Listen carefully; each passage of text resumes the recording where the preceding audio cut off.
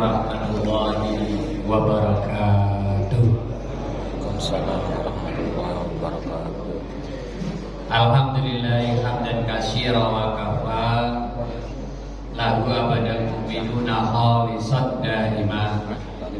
Asyhadu an la ilaha illallah wahdahu la syarika lah wa asyhadu anna Muhammadan abduhu wa rasuluhu la nabiyya ba'dah. Allahumma sholli wa sallim ala nabiyyina Muhammadin wa ala alihi wa ashabihi wa man tabi'ahu bi ihsanin ila yaumil qiyamah. Amma ba'du. Bapak Ibu jamaah yang dirahmati Allah, selamat datang syukur kepada Allah SWT, dan kita baca salawat atas Nabi kita Muhammad Sallallahu Alaihi Wasallam. Maka di kesempatan subuh ini kita akan lanjutkan kajian yang barangkali hanya bertemu sebulan sekali, dan harusnya pada pekan ketiga ini kita bertemu di pekan kedua. Saya fleksibel aja saja, asal kosong dan bertutur jadwal insyaallah. Saudara sekalian, mungkin bab sabar ini bisa kalau diringkaskan pada kesempatan ini, sekali pertemuan ini, atau bisa jadi masih ada bahan sekali lagi, artinya 2 kali pertemuan apa modul yang saya bawa ini habis. Berkemungkinan seperti itu. Pertemuan terakhir sebelum hari ini adalah saya bacakan beberapa hadis yang qadarullah yang kita bahas waktu itu agak tepat ya dengan situasi kemarau dan seterusnya. Jadi pernah juga kita kurang sabar, sehingga inginnya segera pertolongan Allah itu tiba. Dan rupanya para sahabat juga pernah begitu, tapi oleh Nabi itu ditanggapinya santai saja gitu. Nabi masih sempat berbantalan dengan burdanya di naungan Ka'bah. Sahabat itu sudah rasa-rasa, mungkin bahasa Jawanya itu gregetan, kok belum juga didoakan ala tastaghfir lana. Akhirnya ya sudah, saya berdoa untuk kamu. Tapi menurut penilaian Nabi itu walakin nakum tastajilun, tapi kayaknya sebenarnya kalian ini terlalu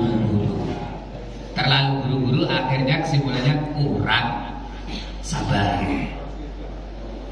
Nah, ini kita lihat aplikasi lain yang sedikit banyak juga mengandung nilai yang disebut dengan kurang sabar itu. Ya, yang disebut dengan kurang sabar itu seperti apa? Tapi tetap ada solusinya, Saya bacakan bagaimana Nabi ada anaknya berkeluh kesah milik Allah. Ya, segala sesuatu ini milik Allah. Allah punya hak untuk mengambil kembali apa yang pernah diberikan. Jadi anak itu diberikan, tapi kalau mau diambil kembali, walillahi ma'akoda, walillahi ma'uti. Segala sesuatu itu milik Allah. Mau diambil kembali ya itu milik Allah, mau dikasihkan ya milik Allah. Nah sekarang ini anak ini dikasihkan, mau diambil kembali ya milik Allah, ya sudah. Faltas tadi, tolong kasih tahu supaya anak perempuanku itu sabar saja. Sampaiin pulang. Nah ini disuruh balik lagi sama anaknya. Nah, kamu balik lagi. Bahkan kali ini putri Nabi ini sampai bersumpah. Sampai kenapa? Demi Allah, pokoknya kami ini minta dikunjungi. Supaya Nabi itu, bapak itu kesini, nengok cucunya dia. Nah, sudah, kalau sudah dibuk 2 kali begitu, mau tidak mau, Nabi berdiri, berjalan berangkat, dan kalau Nabi berdiri keluar dari masjid, itu aja gambarannya ya, karena ini kalau misalnya di Madinah berarti rumah Nabi dekat dengan masjid, di posisi Raudhah itulah, atau di posisi tempat duduk-duduknya sufah itu para ahli sufi ngaji tiap malam di situ, atau antara mimbar dengan gambarnya gitu. Yang udah pernah umroh itu bisa bayangkan, tidak jauh-jauh dari Kubah Hijau. Di sekitar itu Nabi keluar, kemudian diikuti.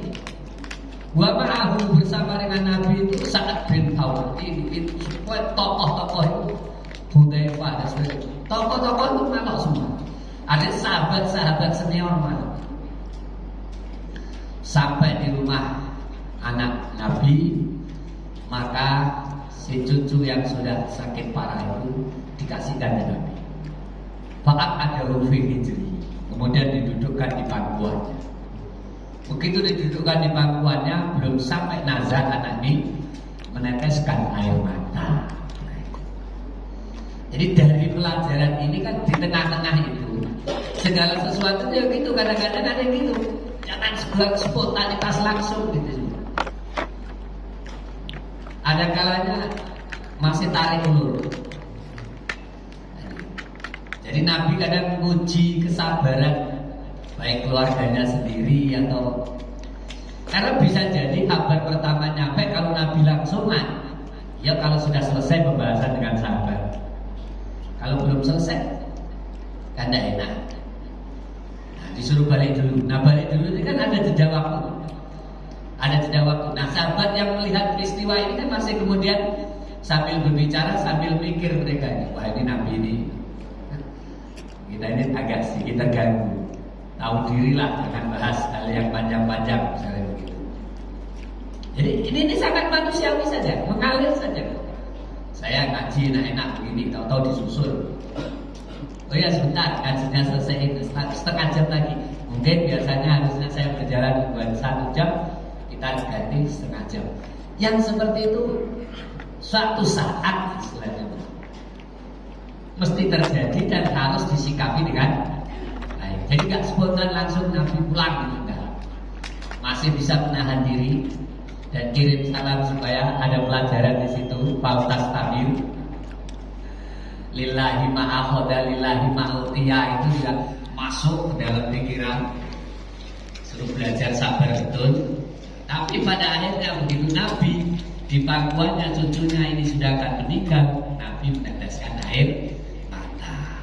Akhirnya Sa'ad bin Ubadah nanya, "Ma'adha, apa ini?" Dijawab oleh Nabi, "Hadihi rahmah." Yang begini ini bukan mengurangi sabar. Yang begini ini, yang begini ini masih bentuk rahmat Allah. Jadi kita harus bisa membandingkan nangis meneteskan air mata yang seperti apa yang masih dalam kategori sabar kita diterima, nangis yang seperti apa yang kemudian selanjutnya menjadi sebutan niyahah. Nah, niyahah itu sudah sifatnya meratapi berlebihan, hanya nggak boleh. Yang contohnya adalah ibu-ibu yang ada di makam sampai 3-4 hari, dinasihati oleh 4-5 orang gak mempan. Akhirnya Nabi nasihati orang itu. Rupanya orang itu cacat dan kenal. Sebenarnya kenal atau tidak kenal? Sebenarnya kenal, tapi karena pikirannya tertutup oleh kemarahannya kepada Allah, ketidaksabarannya itu, sampai wajah Nabi kok gak dikenali. Bahasa lain, suara Nabi kok gak dikenali. Ini banyak itu Pak Yunus, teman-teman yang kalau pernah ikut manasik saya terus kemudian saya ajak bergerak, suara saya agak lantang begitu ya, terus ketemu di satu tempat, tidak harus melihat wajah, dia ngadep ke depan sana, saya baru datang salaman ini itu, terus suara saya agak keras dikit, itu yang depan tadi noleh, kok ada suara Pak Karim, kan itu biasa. Nah, apalagi sahabat dengan Rasul gitu. Kira-kira suara Rasul itu terngiang di telinga enggak? Kan mestinya begitu. Bu, sabar bu. Ittaqillah wasbiri. Ittaqillah wasbiri. Diusir. Ilai ka'ani innaka lam tusib bi musibati. Itu kalimat hal biasa yang dilakukan orang. Apa kamu tuh kok nasihati saya itu ngapain gitu? Pergi sana, kamu kan gak alami musibah seperti yang aku alami. Itu biasa itu. Itu biasa, tapi jangan jadi kebiasaan. Setiap orang menolak nasihat orang lain itu gayanya ya begitu. Lah Nabi yang pernah diusir gitu karena kurang sabarnya ibu itu tadi. Jadi ini sabar melawan tangisan atau kesedihan. Mana yang masih ada batas wajar, ada yang sudah tidak wajar. Setelah ibu menyesal, Nabi bilang innama sabru inda sadmatil ula. Saya itu berharap sabar yang bisa dimiliki oleh Nabi. Setiap hamba ini mestinya begitu datang langsung bisa sabar. Nah itu dibutuhkan isbiru, wasobiru, warok, itu berlatih. Ali Imran 200. Sekarang sabar ini kita lawankan dengan marah. Yuk, kita lawankan. Nah, tadi kan dilawankan dengan nangis. Nangis yang apa yang masih dianggap wajar, nangis yang seperti apa yang sudah masuk dosa besar. Niyahat tadi meratapi.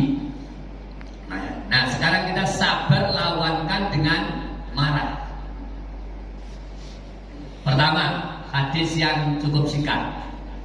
Bismillahirrahmanirrahim. An Abi Hurairah anna Rasulullah sallallahu alaihi wasallam qala laisa sadidu bisurati innamas syadidul ladzi yamliku nafsahu indal ghadab. Muttafaqun alaih. Dari Abu Hurairah semoga Allah meridhoinya bahwa Rasulullah sallallahu alaihi wasallam bersabda. Bunyi sabdanya laisa syadidu bisurati. Ini hadis diamati kalimatnya. Ketika mengucap syadid itu sinnya besar. Kalau sinnya kecil maknanya nanti lain. Keras. Kalau sadid sinnya kecil. Ini sinnya besar. Syadid. Bisurati pakai soft, bukan pakai sin besar. Kalau pakai sin besar surah itu artinya cepat-cepat. Kalau di sini surah pakai soft. Laisa sadidu bisurati. Bukanlah orang yang menang, orang hebat, orang gentleman, orang kuat, orang yang patut disanjung. Itu adalah orang yang selalu menang, bertinju, bebala, apa ya, gulat. Saben bulan dia menang, nah itu orang hebat. Oh ini jagoan. Sadid itu artinya jagoan, hebat, gentle. Bukanlah orang yang gentle, yang kuat itu berarti setiap tinju, setiap bulan dia pasti menang. Bukan itu. Orang yang badannya paling gerot, paling kuat. Bukan itu. Innamas syadidul ladzi yamliku nafsahu indal ghadab. Tetapi orang hebat, orang kuat yang sejati itu adalah orang yang tamliku nafsahu atau yamliku nafsahu.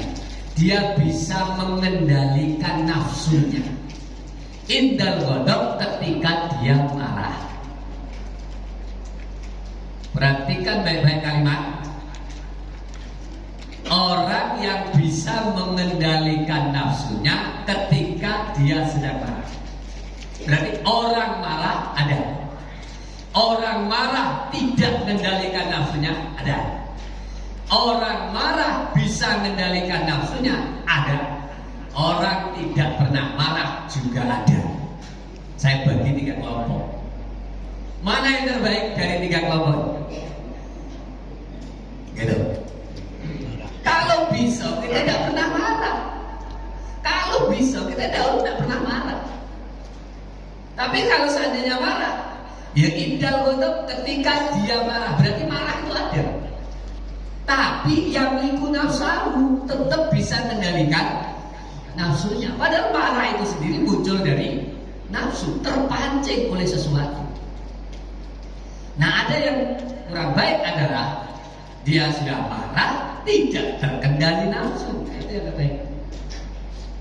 Jadi, ya saya bukan merekomendasi ya. Bahasanya ini marah-marahlah, tapi tetap harus terkendali nafsu kamu. Kalau besok jangan marah. Karena jangan marah nanti muncul di hadis paling pendek, la taghdab farad dada miroro. Itu ada aus ini. Ada orang maksa. Saya sambung sedikit. Hadis yang ke 24. Itu tadi hadis 22. Ini hadis 24. Hadis 24 kan begini. Aus ini. Nabi wasiati aku. Seakan-akan dia nak pisah dengan Nabi. Minta wasiat itu kan pesan yang paling penting. Wasiat itu pesan yang terakhir. Aus ini, Nabi wasiati aku. Dikasih nasihat, masih minta lagi. Aus ini, ada riwayat di situ berulang-ulang dia diminta. Akhirnya Nabi juga jawabnya berulang-ulang. La taghdab, jangan marah. Karena Nabi tahu temperamen orang ini. Orang ini kalau mau kasih wasiat sesuaikan dengan kepribadiannya masing-masing. Nah, karena orang ini tipenya pemarah, maka Nabi nasihati orang ini, la taghdab. Dia minta lagi wasiat apa lagi Nabi? La taghdab. Pokoknya sikok itulah untuk kamu. Jangan marah. Farad dada miror. Itu artinya kondisi ideal. Kondisi ideal dipancing kayak apapun tetap amun pacak puji kamu. La taghdab, jangan marah. Tapi kalau terpaksa harus marah, ya marahlah gitu. Tapi yang liku nafsu masih terkendali nafsunya. Untuk yang kedua ini saya bahas sedikit begini Pak. Kok seakan-akan Ustaz ngizinin marah? Ya bukan ngizinin marah. Tapi kenyataannya loh indal ghadab. Ketika dia marah ada yang liku nafsu. Berarti dua itu bersinergi gitu. Bahasa gitu. Ada linear gitu. Ada di satu sisi marah, tapi di sisi lain bisa yang liku nafsu. Yang jelek kan ya marah dan tidak terkendali. Nah gini, kita hubungkan dengan sisi lain. Laki-laki, suami, kalau melihat di dalam keluarganya, entah istri atau anak, terutama ini berhadapan dengan perempuan, kan ada banyak nasihat. Begitu seorang perempuan melakukan dosa, siapa yang ketarik ikut nanggung dosanya? Bapaknya, suaminya, gitu kan? Anak laki-lakinya, gitu. Saya sampai ke sini. Berapa laki-laki yang ditarik? Gitu. Apalagi misal kita punya anak gadis, kakaknya yang memang harus jaga, ngantarkan sekolah dan sebagainya, kok sampai teledor, ya gitu kan? Lanang-lanang ini harus begitu. Nah, khusus untuk suami, kalau misalnya ada istri kita ini melakukan satu kemaksiatan, kita diam saja terus kita ngomong, aku sabar, terserah, ya situ, ada jadi. Yang begini disebut dayus. Orang gak punya rasa cemburu sama sekali. Yang membuat kamu harus marah itu bukan pribadimu, agama. Dan hampir sama dengan kita ini umat Islam. Islam dihina-hina, kita ya sabar saja, jangan dilawan. Itu namanya gak punya ghirrah. Kalau kita gak marah, Islam dihina-hina, gak punya ghirrah. Baca buku ghirrah secara khusus yang ditulis oleh Pak Hamka, Mahatma Gandhi saja gitu. Ketika agamanya gitu kan, ketika harga diri negaranya rakyatnya gitu didolimi dina, ini turun tangan loh. Lah umat Islam harus punya itu, harus punya ghirah. Berarti di situ kan ada tanda kutip marah itu masih ada gunanya gitu. Diwujudkan dalam bentuk munculnya ghirah, pembelaan rasa cemburu, pembelaan terhadap agama ini. Lah rasa cemburu, marah terhadap kehormatan keluarga, sebutannya kalau enggak kok diem saja. Apa darahmu putih? Darahmu kan masih merah. Kalau darahmu merah, kamu manusia ya sewajarnya. Apalagi status kamu suami. Lihat istrimu begitu kok diem saja. Oh putih darahnya orang. Bukan terpuji. Pas posisi kayak begitu bukan terpuji. Justru kita disebut dayus.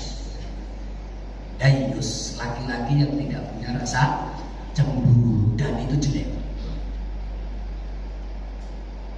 Ada ya, ada beberapa kali, mohon maaf kalau disebut kasus gitu. Pulang ke rumah, ada laki-laki lain di dalam kamar dengan istrinya. Gak curiga, gak ini, gak itu, senyum saja. Selaki-laki itu menyempurnakan baju pakaiannya, suruh keluar, mah itu beda. Keluar, tidak ada marah sama sekali. Kok nggak marah sampean mas? Aku sabar ya. Bener sabar begini. Loh itu. Ada kondisi yang membuat kita memang harus godok. Kalau nggak godok justru mentalitas kita ini dipertanyakan. Tapi kalau godok, lampiaskanlah godokmu itu sewajarnya. Tetap harus tamliku nafsahu. Maka ada beberapa dai atau mubalek atau ustaz, barangkali ada Gus Bahak pernah ngomongkan itu, terus Buya siapa tuh yang dari Jawa Barat. Yang nggak bagus tuh marah sambil lempar-lempar, marah sambil ngayunkan tangan ini itu sampai menyebabkan ya ada sebut sekarang ini Pak Lurah KDRT. Nah itu yang nggak boleh, itu yang nggak boleh. Mecahkan ini, mecahkan, nah itu yang nggak boleh. Marah-marah masih tetap terkendali. Yang liku nafsa. Ini nanti orang kalau sudah bisa seperti itu, marah ya marah, tapi bisa nahan diri itu, dia akan disebut penyabar betul. Pada kondisi normal kita gak ada tantangan, wajar kita sabar. Lainnya ada tantangan masih bisa sabar. Orang kayak begini ya, orang kayak begini itu fahayyarahu min huril ain. Orang itu boleh pilih bidadari yang manapun nanti di surga. Inilah laki-laki ini. Perempuan gak ada hadisnya itu. Berarti kayaknya di surga gak ada bidadara ya. Adanya bidadari. Nah, bidadari itu biasanya cantik gitu ya. Bidadari itu pilih gak pilih tetap cantik. Tapi ada laki-laki boleh pilih. Kenapa? Karena dia sangat penyabar. Jadi orang yang dalam keluarganya itu sangat penyabar, itu boleh milih. Hadiahnya nanti begitu masuk surga, boleh milih bidadari yang mana saja yang dia suka. Berarti kita ini gambaran itu bidadari itu ya cantiknya bertingkat-tingkat dan boleh dipilih. Tapi yang punya hak pilih seperti ini adalah laki-laki yang sangat penyabar. Karena pada umumnya laki-laki tidak penyabar. Makanya dipancing dengan hadiah besar kalau ada yang berhasil menjadi laki-laki penyabar. Laki-laki itu kan ciri khas utamanya karena ibu-ibu kalau malam pulang telat sebelum istrinya marah, laki-laki pasti sudah mempersiapkan marah dulu. Betul nggak? Kita pulang telat, terus tetap gak dibuka pintu. Suami pulang gak dibukakan pintu. Ya dibukakan apa? Buka pintu kok telat. Nyambut suami itu gak begitu, katanya wanita saudara. Jadi laki-laki itu paling pintar nyusun kata-kata. bakal marah. Dari jalan itu ada otaknya udah putar. Tapi apakah begitu yang dilakukan oleh Rasulullah? Tidak. Rasulullah ketuk pintu 3 kali, ketuk pintunya wajar saja, tidak sampai bikin kaget seluruh rumah. Dan ketuk pintunya cukup 3 kali, dan itu ada hadis prakteknya dengan istri tercantiknya, siapa? Aisyah. Jadi rumah yang berdekatan dengan tok tok tok tok, nggak bangun, tok tok tok tok. Kalau udah 3 kali, Assalamualaikum, sama dengan kita bertamu sudah uluk salam 3 kali, ya sudah. Jangan maksa, gitu. Termasuk malam pulang dari masjid taklim, dari masjid, kok istri kita udah tertidur, ketok pintu 3 kali nggak dibukakan, ya sudah tidur depan pintu. Tinggal nanti nasib saja. Duluan kita yang bangun apa duluan istri kita yang bangun? Kira-kira duluan siapa, Bu? Pasti duluan istri yang bangun. Karena istri bangunnya istri itu seperti matahari terbit, tidak akan pernah lupa. Kalau matahari lupa terbit gimana? Kiamat, apalagi terbitnya terbalik dari arah tenggelamnya, kiamat. Ibu itu sifat aslinya tadi bagai mentari. Gitu kan? Nyanyian kita aja sudah banyak kan lagu kita. Kasih ibu kepada beta tak terhingga sepanjang masa, hanya memberi tak harap kembali. Bagai sang surya menyinari, termasuk bangunnya itu pasti duluan. Sudah air udah bunyi, udah panas, sudah siap kopi, baru kita dibangunin. Itu memang ibu sejati, itu istri sejati. Buka pintu, astagfirullahaladzim, suamiku tidur depan pintu.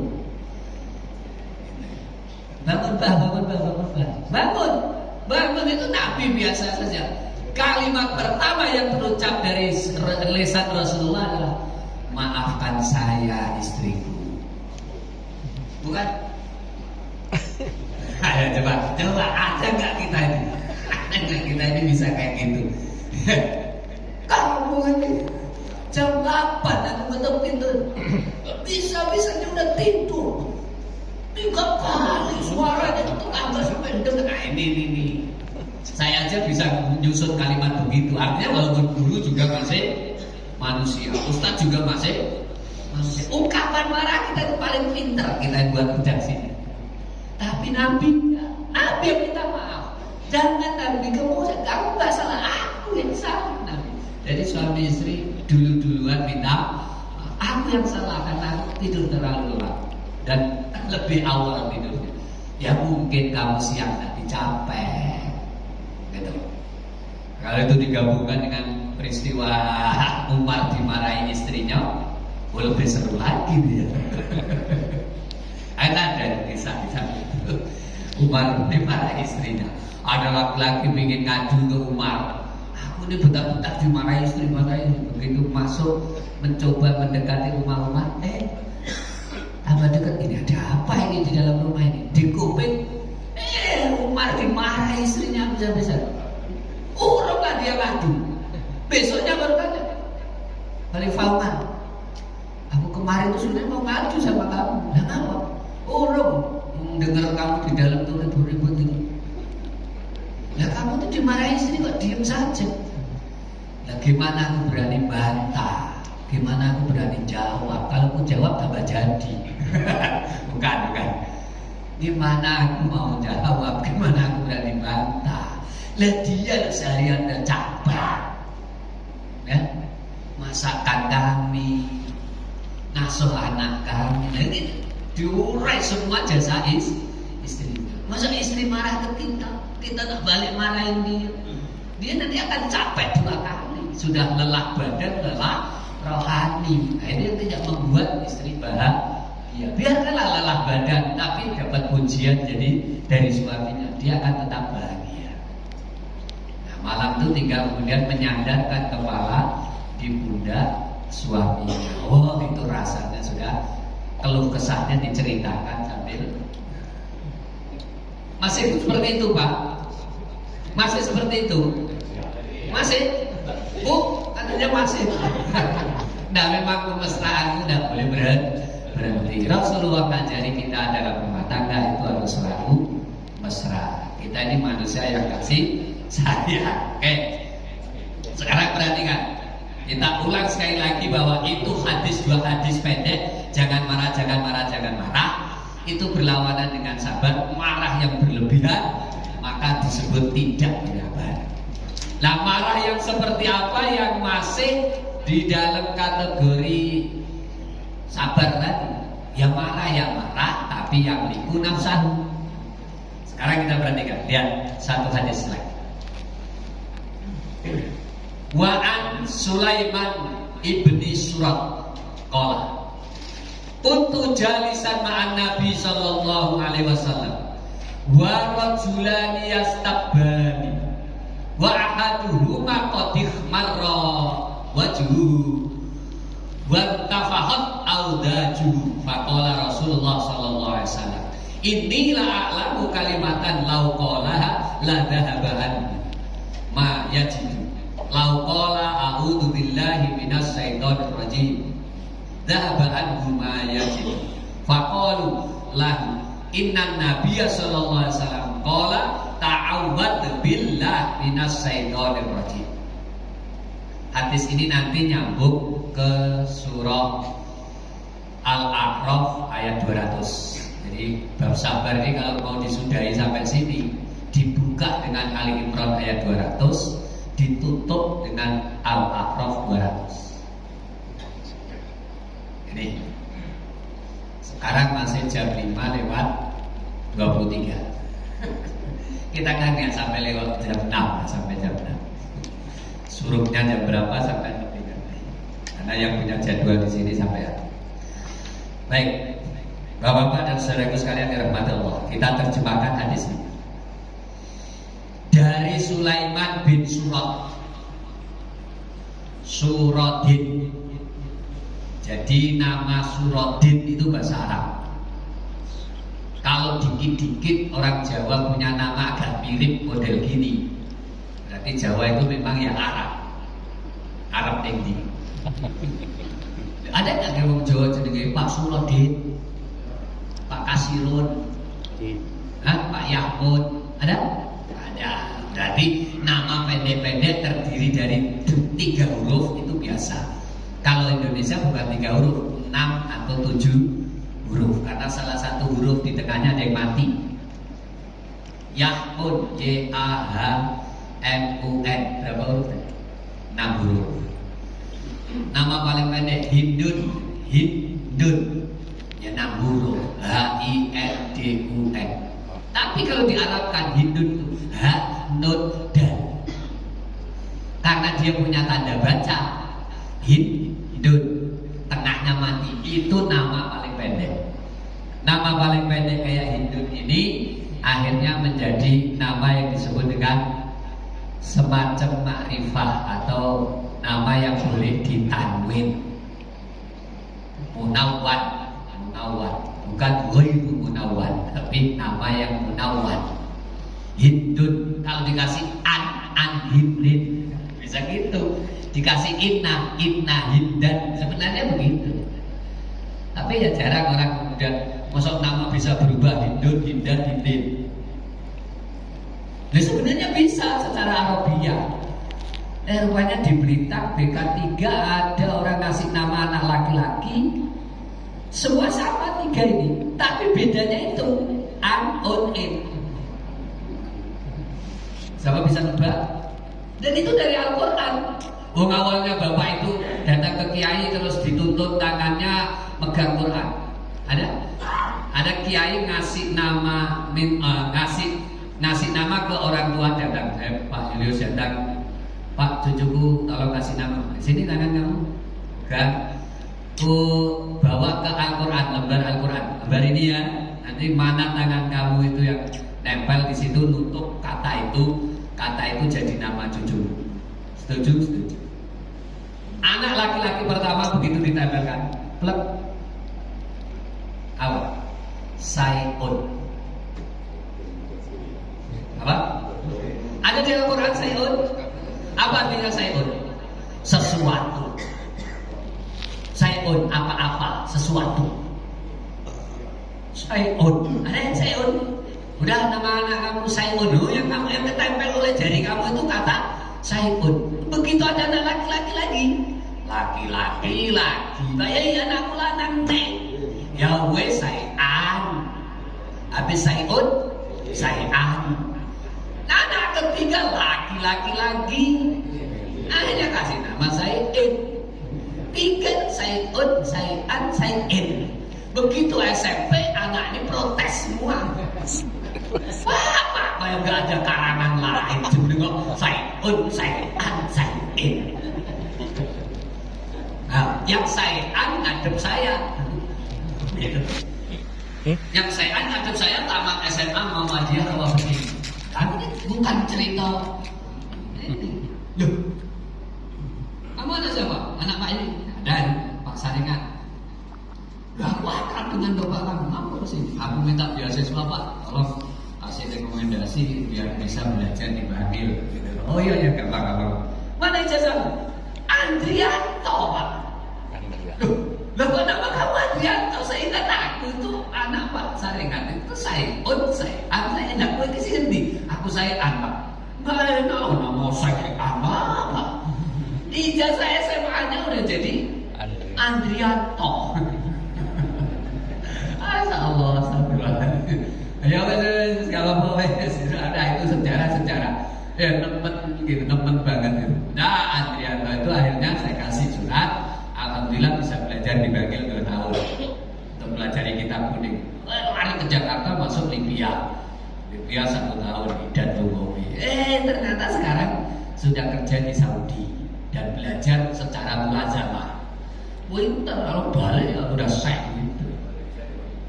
Ya yang namanya saya tadi. Tapi nama belitangnya berubah, jadi nama SMA-nya berubah Andrianto. Sekarang bisa jadi sudah berubah lagi. Sudah Arab nian. Tidak tahu berubah apa. Saya belum tentu 3 tahun sekali pulang. Nah, pas ada musibah, tinggalnya siapa, saya datang lagi ke komplek Muhammadiyah Sumber Asri itu. Saya datang, ada saya tadi. Ada saya tadi masuk ke masjid, dicium tangan ini bolak-balik tidak keruan, terus muka saya ini dan kemudian saya suruh merunduk. Saya ini disuruh merunduk dikit, dicium kening saya itu lama sekali. Orang semasjid nonton. Siapa kamu ini? Padahal dia jubahnya lebih keren lah. Kesana kan pakai batik biasa gitu aja. Dia berjubah seperti itu, putih jubah. Dan rupanya hari itu dia harus ngisi taklim. Tapi saya dicium kening saya itu lama sekali. Saya nggak bisa lupa peristiwa begitu. Belum lama yang ini Pak, belum sampai setahun yang lalu. Siapa kamu ini? Andrianto Pak. Masya Allah.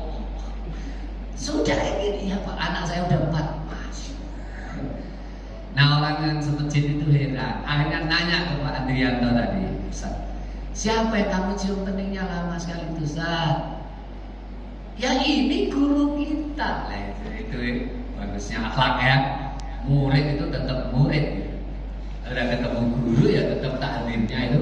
Makanya kadang-kadang model gitu tuh saya kasihkan aja. Saya nggak nolak, nggak lari dicium kening itu. Padahal dia sekarang, Masya Allah, segala kitab lah ini itulah ya, karena udah tinggal di Mekah sana dan beberapa set secara mulazamah, bukan di jamiah ya, bukan LCMA, bukan gitu. Ngajinya itu ngaji pada saya secara mulazamah. Namakan kitab ini, tidak berhenti pokoknya aku akan tetap tinggal di Mekah supaya dapat banyak ilmu. Pulang-pulang bawain kitab dan itu sudah bisa diterima oleh Muhammadiyah Sumber Asri itu sebagai narasumber kalau setiap pulang seperti itu. Apa menjelang puasa. Jadi nama pendek itu hal biasa ya. Kalau nama kamu pendek tidak apa-apa. Jadi di sini ada Surodin, Pak Surodin, tidak apa-apa.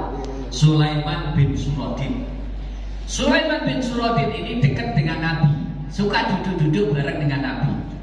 Duduk-duduk itu bahasa Indonesia ya. Bahasa Arabnya kuntu jalisan. Saya ini biasa duduk. Karena duduk bukan duduk terus bukan duduk itu istilah. Tapi Tapi jangan ngomong duduk-duduk ke orang Jawa kuno. Orang Jawa kuno kalau ngomong duduk-duduk itu bawa linggis gali tanah. Ngerti? Bahasa organnya apa? Duduk-duduk itu bawa linggis gali tanah mau buat sumur, itu namanya duduk-duduk. Jadi kalau mantunya wowogan, terus orang mertuanya orang Jawa tua kuno, timbang nganggur ngono kuwi ya mbok duduk-duduk. Arep kae lho ngurung rampung lho, lobange ora rampung.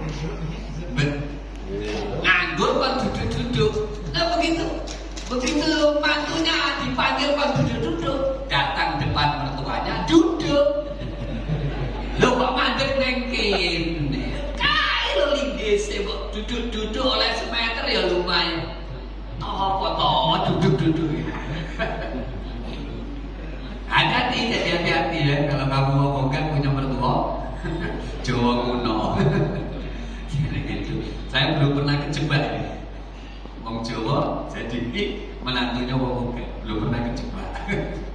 Kalau perempuan sering kejebak itu orang Jawa Timuran ketemu Sunda. Ya, ketemu Sunda. Jadi kalau bikinkan teh pada mertua Sunda itu jangan terlalu manis. Karena manis orang Sunda bilangnya amis.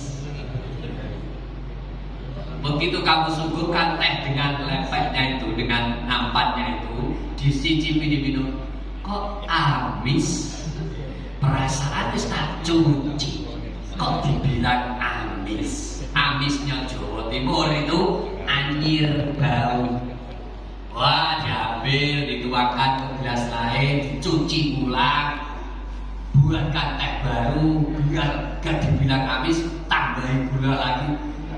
Nah, ya sudah amis pisan, lebih manis lagi.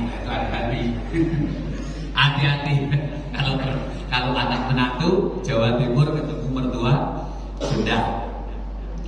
Perhatikan, duduk-duduk itu hal biasa. Biasa.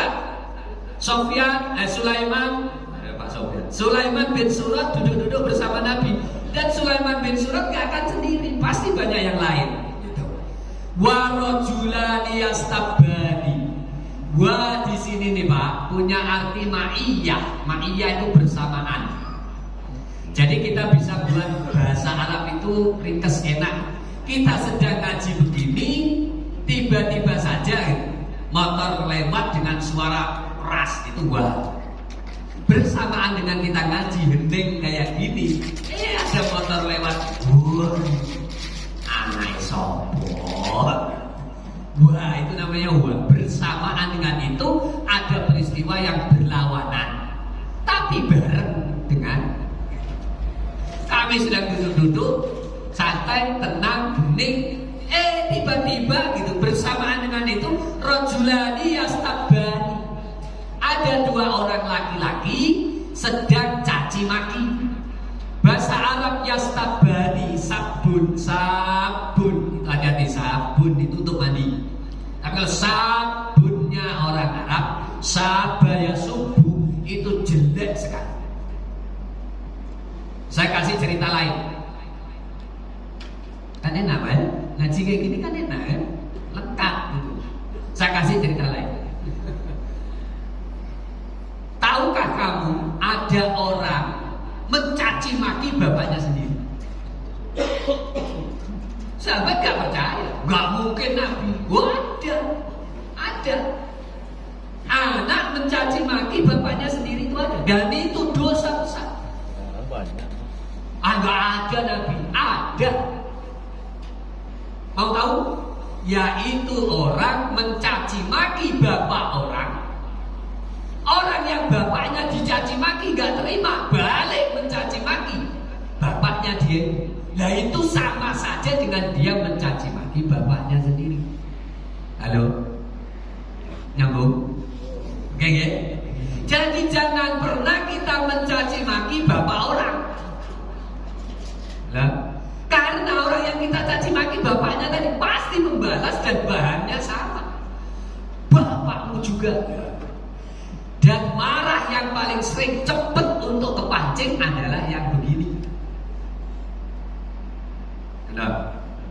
Nah rupanya Nabi sedang santai duduk dengan para sahabat termasuk Sulaiman bin Surad, melihat kejadian aneh berlawanan dengan situasi tenangnya orang duduk-duduk tadi. Karena rajulani yastabani, dua-duanya ini dosa. Sama dengan dua orang sama-sama bawa senjata, saling tusuk-menusuk, mati satu, yang satu hidup. Kata Nabi dua-duanya masuk neraka. Betul ya? Itu urusan niat gitu. Nabi kalau yang membunuh ya wajar lah masuk neraka. Yang terbunuh masuk neraka juga. Loh, seandainya dia nggak terbunuh, dia kan bawa pisau juga. Seandainya dia nggak terbunuh, dia yang menang. Nah, ini yang terbunuh. Dia kalau umpama dapat kesempatan, dia akan bunuh saudaranya. Ya kebetulan aja dia kalah. Yang dinilai adalah ambisinya. Yang dinilai adalah delik, ibaratnya gitu. Silakan delik atau alibi bahasa Pak polisi. Alibinya itu dia dari rumah itu niatnya apa? Pasti niatnya saya mau bunuh saudara saya. Nah, yang ini juga sama.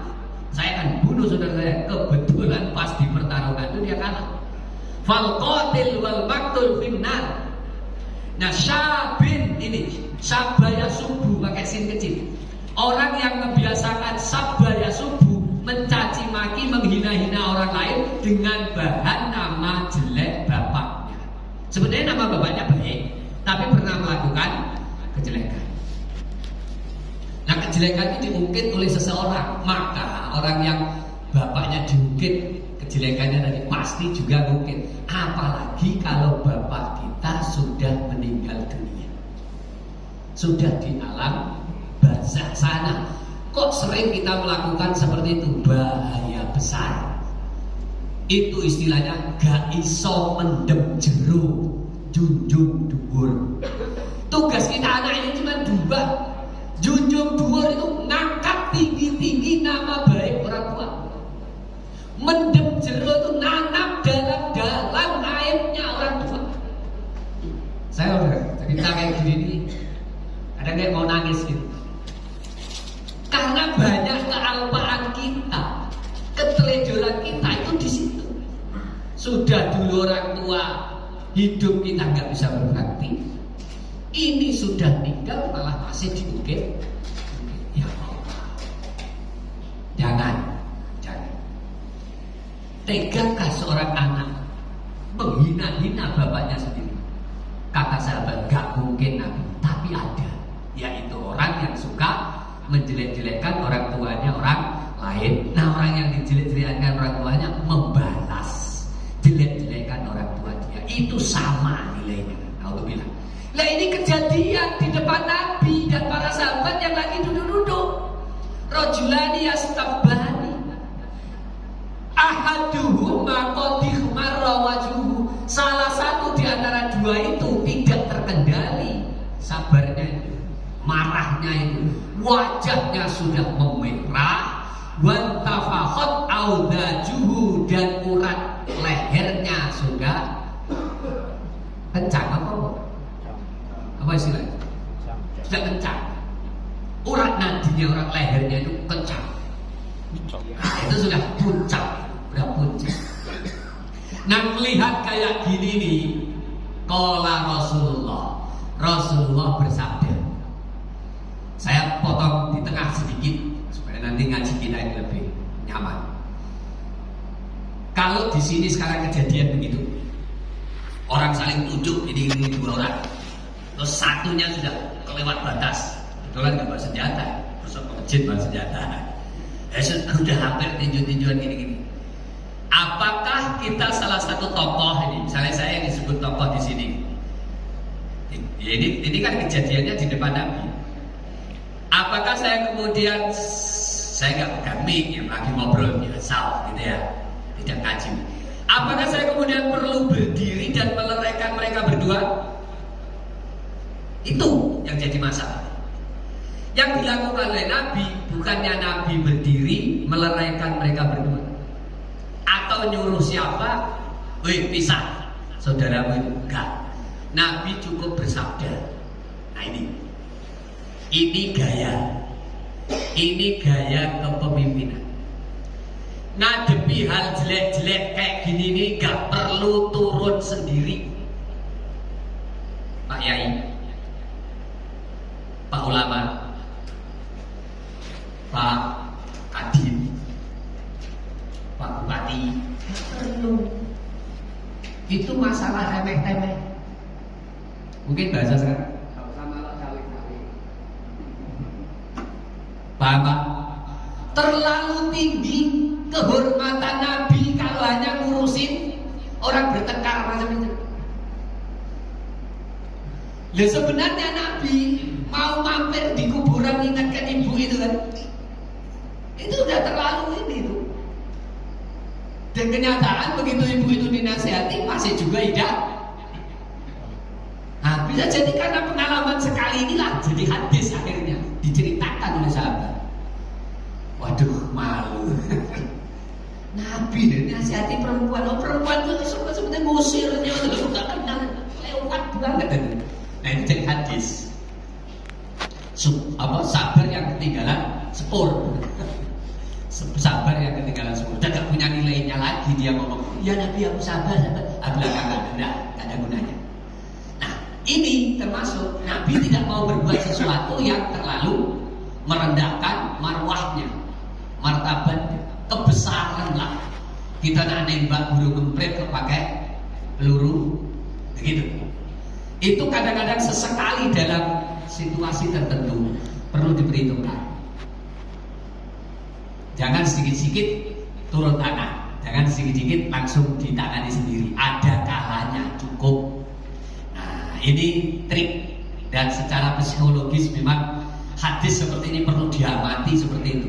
Nabi gak langsung berdiri melerai, enggak.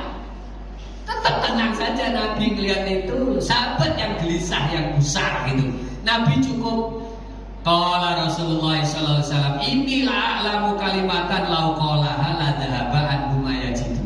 Sebenarnya saya ini sungguh benar-benar saya ini tahu. Saya ini bisa ngajarkan kalau mau gitu loh.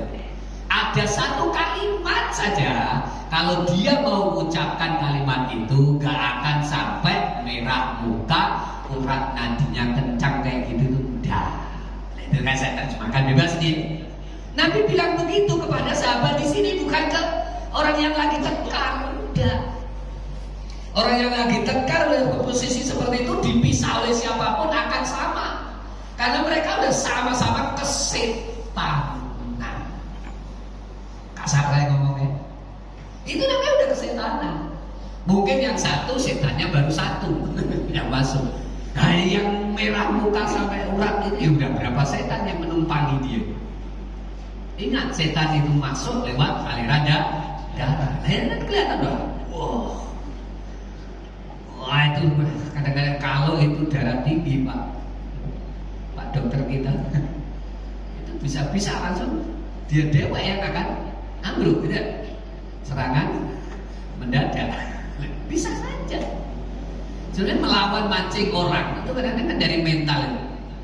Pancing aja kemarahannya, itu dia marah tinggi. Udah. Saya pernah ditepuk orang, Pak, sudah Pak. Ini kalau dia pingsan di sini bahaya. Jadi ada situasi-situasi tertentu. Lagi di masjid enak-enak yasinan. Saya dipanggil seseorang, terus orang itu mau mencoba menjelek-jelekkan orang lain lewat saya. Saya tolak, enggak. Dia nggak jelek seperti tuduhan kamu. Nah kami sempat hebat. Tapi oleh orang lain tadi saya ditepuk. Sudah Pak, karena dia punya riwayat dari sini. Kalau sampai mau teruskan ini di rumahnya aja, jangan di masjid ini, kami bingung nanti. Kayak gitu saya ingatkan. Ada belum lama ini hal kecil. Jadi inilah kemarahan. Kemarahan itu kalau sudah terpicu ditumpangi setan, akhirnya seperti itu. Dari situasi itu Nabi gak mau turun tangan, cukup mengucapkan kan, sesungguhnya saya ini tahu, benar-benar tahu. Kalau seandainya orang itu mau ngucapin satu kalimat saja, ya, yang saya akan ajarkan ini pasti pergi. Kondisi gini ini tidak akan terjadi. Kata Nabi, lauqala, seandainya dia mengucapkan a'udzu billahi minas syaitonir rajim. Cukup itu. Kalau dia bisa mengucapkan a'udzu billahi minas syaitonir rajim, dijamin oleh Rasulullah SAW, dzahaba anhu ma yajid. Situasi ini tidak akan dia alami. Pasti hilang, setan pasti lari. Ya marah, tapi tetap terkendali. Balik ke tema tadi, yang likuna sahu indal godok. Dia godok yang godok, tapi nafsahu yang liku gitu. Masih terkendali. Jadi modalnya cukup mengucap a'udzu. Nah, setelah Nabi bersabda seperti itu, maka beberapa sahabat tidak Sulaiman tok yang berdiri ingatkan dua orang yang saling jelek-jelekkan orang tuanya ini tadi. Qalu, mereka itu berarti lebih dari 3. Mereka kemudian gitu teriakin dua orang yang tarung ini tadi, baca ta'awudz gitu. Kalau bahasa kita, ta'awudz billah. Nabi nasihati kita, ta'awudz billahi minasyaitonir rajim. Woi kawan berdua, ta'awudz kalian. Jadi bukan Nabi nyampein ke mereka. Di sini ada estafeta. Ada estafeta. Saya maaf, Pak Kabak tak perlu turun di WA, cukup anak buah gitu. Kadang-kadang situasi tertentu memang harus begitu. Udah ada Pak Yai nggak? Saya aja Pak Yai, bagian kesatria. Iya, itu sesekali sikap bijak macam itu tuh penting. Kapan kita harus sendiri, kapan harus anak buah, kapan lihat kelas, lihat ritme, lihat derajat ukuran yang harus ditangani. Nah, ini orang Indonesia ini kan dikit-dikit tangani. Maksudnya yang harus diselesaikan persoalannya. Disinilah pentingnya kita memaknai a'udzu billahi minasyaitonir rajim. Jangan a'udzu ini ucapan di mulut tipis-tipis saja. Jadikan a'udzu billahi minasyaitonir rajim itu punya makna yang berat, punya power untuk mengusir setan beneran. Jangan-jangan nanti gini, kalau kita ini hanya tipis-tipis saja kalimat a'udzu, terlalu sering diucapkan a'udzu billahi minasyaitonir rajim, setan udah biasa, udah gak takut lagi dengan a'udzu kita. Termasuk muadzin. Begitu kamu adzan itu kan kamu dimusuhi setan. Kalau nggak mau dimusuhi setan, jangan jadi muadzin.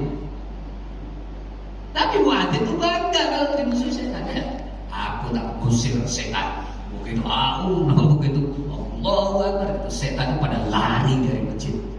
Setan pada lari dari masjid, tapi manusianya nggak ada yang datang ke masjid.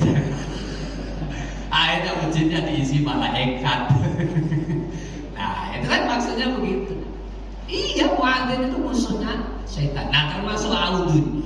Saya ingin kita semua memaknai kalimat-kalimat yang memang udah sakral, tetap harus dijaga kesakralannya. Kalau perlu diisi muatannya itu jadi berat. Contoh Pak ya, Pak Karim besok datang ke rumah ya. Kalau saya mau ngelak dengan omongan kawan ini, pinginnya nggak datang, saya jawab apa? Nah, kan semuanya bisa. Oh Pak ya, perempuan saya nikahan Bapak datang nggak? Tapi nggak ada pesan, nanti jadi saksi. Boleh datang kita aja. Ini kayaknya ada kegiatan lain supaya nyenengkan kawan ini langsung. Insya Allah. Jadi insya Allah kita itu adalah 10%. 10% kesanggupan untuk jawab kawan yang sebenarnya 90%-nya kita tidak mau datang.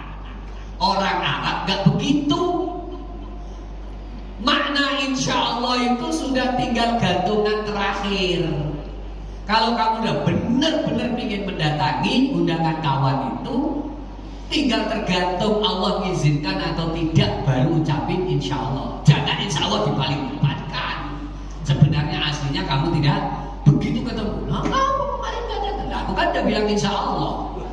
Insya Allah malah jadi senjata. Itu ngeringankan makna kalimat. Padahal insya Allah itu dari Allah. Dan insya Allah itu munculnya ayat adalah sebenarnya Nabi menjanjikan akan turun ayat tentang pertanyaan. Besok turun ayat. Itu Nabi kan yakin banget. Ada orang bertanya langsung dijawab, insya Allah besok akan turun ayat tentang pertanyaan kamu. Rupanya Allah menunda ayat itu. Lama. Nah orang itu nanya lagi, mana Nabi jawaban untuk pertanyaan saya? Ayatnya belum turun nih. Besok lagi ya. Sampai berapa kali? Nah itu ada sebab nuzulnya itu. Baru kemudian ingatkan, kamu tuh jangan pernah berjanji pada kawanmu tuh cak ionia gitu. Seperti pasti gitu. Segala sesuatu itu adalah di tangan Allah. Cukup ucapkanlah insya Allah. Jadi walaupun udah hampir mendekati 100%, tetap saja harus digantungkan dengan kalimat insya Allah. Jadi kalimat insya Allah itu andalan terakhir. Jangan malah dijadikan andalan pertama, malah jadi senjata. Gimana ini? Itu namanya kita apa ya? Merubah makna. Termasuk audu. Maknailah audu itu dengan benar-benar dari dalam yang rasa berat. Apa sih maksud Ustaz ini? Saya memberikan gambaran seperti kamu lempar jumroh Aqabah. Yang pernah haji ya, seperti kamu lempar jumroh Aqabah. Apa maksudnya Ustaz? Kebencianmu kepada setan itu sudah sampai tingkat tertinggi. Makanya kamu lempar tanggal 10 pagi. Bismillahirrahmanirrahim. Rajman lisayati walidarrir rahman. Saya niat melempar setan, bermusuhan dengan setan. Saya hanya mencari ridho Allah. Jadi lawankanlah antara ridho Allah itu dengan kebencian kita pada saya. Kalau kita hanya mencari ridho Allah, berarti kita harus benci pada saya. Jangan kasih peluang setan masuk ke kita. Nah, perasaan seperti itu masukkan ke dalam kalimat a'udzu billahi minasyaitonir rajim. Jadi bobot a'udzu billahi minasyaitonir rajim itu akan berat sekali. Bukan hanya sekedar a'udzu billahi minasyaitonir rajim. Enteng banget itu. Dijiwai gitu loh, Pak. Bukan pengucapannya sebenarnya yang terpenting, tapi rasa yang beriringan dengan ucapan a'udzubillah. Ini namanya qaulan syaqilah, ucapan tapi mengandung isi yang berat. Kalau kepada orang tua namanya qaulan layyinah, ucapan yang lemah lembut, atau qaulan karimah, ucapan yang penuh kehormatan. Tapi lepas hal-hal tertentu kita harus membiasakan diri dengan qaulan syaqilah, ucapan yang berat. Khotib mengucapkan ittaqullah. Kenapa khotib itu agak agak digaya-gayakan? Enggak, itu bukan digaya-gayakan. Supaya suara yang meluncur dari lisan si khotib masuk ke mic, didengarkan oleh jamaah itu, merasuk gitu loh. Khotib suaranya tipis-tipis saja, cempreng lagi. Ya, saya gini kok biasa-biasa saja cempreng. Alhamdulillah. Usikum. Bayya kita Allah wa fatwajam takut. Terasa enggak? Bayya ilal hadirun. Idakullah qadwani. Terasa enggak, Pak? Kalau enggak terasa harus dibuat dong, dirubah dong iramanya. Bayya ayyuhal hadirun. Ittaqullah. Harus gitu. Berisik. Itu bukan gaya-gayaan. Bukan. Oh, bahal mukadimahnya dilagu-laguin. Bukan. Untuk membuat supaya kalimat itu merasuk ke dalam relung hati. Sama dengan pengucapan audu. Jangan tipis-tipis. Tahu maksud yang saya ingin raih kepada Bapak Ibu saudara sekalian? Kita kaji lagu. Kita kaji ini lagu Rasa-rasa kadang-kadang nggak bisa ulang lagi. Sekali dapat ini ambil sampai intinya begitu. Ingin saya itu begitu. Setiap kalimat dalam yang kalimat thayyibah yang harus kita ucapkan. Begitu sampai Bismillahirrahmanirrahim juga begitu. Maknanya harus tinggi. Kok bisa Bismillahirrahmanirrahim tiupkan air saja bisa artinya saja. Ya Bismillahirrahmanirrahim sembuh. Sembuh beneran. Ya karena pengucapan Bismillahnya itu berisi, bukan karena subuh ini itu bukan. Bismillahnya ini berisi gitu. Nah berisi apa? Ya tadi. Jangan dikotorin, jangan jangan dianggap enteng, jangan maknailah segala sesuatu pengucapan kita dengan benar-benar mendalam dari lubuk hati yang paling dalam dengan kekuatan jiwa dan mental kita dalam mengucapkan. Insya Allah kalau kita a'udzubillahi minasyaitonir rajim dijiwai dengan permusuhan kita bahwa innas syaiton itu aduwwum mubin, sesungguhnya setan itu adalah musuh yang paling nyata. Ya benar dalam hati musuh paling nyata. Saya ucapkan aku berlindung kepada Allah dari gangguan setan yang terkutuk. Kalau memang dia terkutuk harus kita benci sebenci-bencinya. Insya Allah maka makna wudhu itu akan berfungsi. Yang begitulah yang bisa menghilangkan kemarahan atau masuknya setan lewat jalur marah, sehingga muka kita nggak sampai merah, urat nadi kita nggak sampai keluar. Kalau Nabi pernah merah saja nggak sampai keluar. Kapan? Ketika dilapori ada orang ngerasani. Nabi pernah nggak dirasani? Bagi kayaknya udah pernah di sini saya sampaikan. Bagi ghanimah ternyata ada yang dilebih-lebihkan. Yang dilebihkan banyaknya dilebihkan. Nah, ada orang yang nggak dilebihkan, tersinggung itu kemudian ngerasani di luar sana. Ngerasani di luar sana oleh orang yang dengar dilaporkan sama Nabi. Nabi kamu dirasani nggak adil ini. Langsung Nabi memerah mukanya gitu aja. Sampai seperti kesumba, nanti kesumba sumba merah. Sampai seperti wajah Nabi seperti kesumba. Saya malu melaporkan. Saya merasa gak enak betul lihat wajah Nabi waktu itu ketika tak lapor itu. Saya berjanji demi Allah setelah ini aku gak pernah lapor apa-apa pada Nabi. Jadi orang tukang lapor itu gak baik sebenarnya. Kalau bisa kamu atasi sendiri. Jadi kalau nanti ada orang ngerasa di Pak Karim, gak usah sampein ke Pak Karim, atasi sendiri. Kalau menurut kamu Pak Karim ini baik, kok dirasani jelek, tidur aja orang itu ya. Iya, ada hal-hal kan, ada hal-hal yang dan jangan sampai ya kalau saya salah maka saya berdosa, dirasani silakan. Kalau saya nggak salah tapi dituduh bersalah, nah itu berarti dosa saya diambil oleh orang yang ngerasani tadi, dan orang itu akan menjadi muflis, orang yang bangkrut di akhirat. Kebaikannya dikasihkan pada orang yang dirasani dan kejelekan orang yang dirasani itu dia yang ambil.